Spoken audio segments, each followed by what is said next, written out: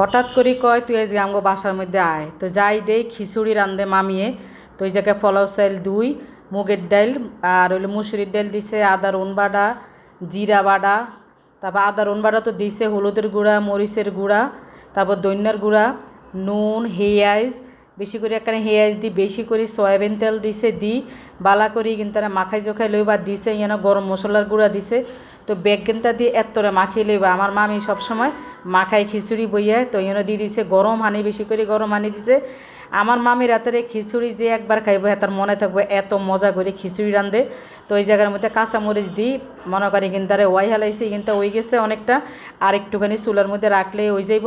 তো ওই গেছে খিচুড়ি, ওই গেছে যেন হুড়ি বোনা করছে, এই ফেউয়া চাপা বাগার দিছে এই জায়গার মধ্যে। এটা এত স্বাদ হয়েছে। তো এতে হুড়ির ভর্তা, লেবু, খিচুড়ি, গরুর মাংস দিয়ে আজকে মজা করি শেষ ইফতার করছে, আর এনে সালাদও করছে। তো আমরা ব্যাকি মিলি বই খাইছি। আরে হঠাৎ করে ফোন দিয়েছে, তুই এই যে আমগো বাসাতে আয় আয়। তো গেছি, যাই দেই খিচুড়ি রাঁধছে, শেষ রোজা দেই। তো আমরা ব্যাকে মিলে খাইছি, ব্যাকের কাছে অনেক স্বাদ লাগছে। আর এরকম করে বুনা খিচুড়ি মাখায় রাঁধি, মানে খাইছেন, এটা এতটা টেস্ট, এতটা স্বাদ, এতটা মজা। আর পুরা ভাইয়ারা আমি তো আজকে মনে করেন হেড ভরি খাইছি।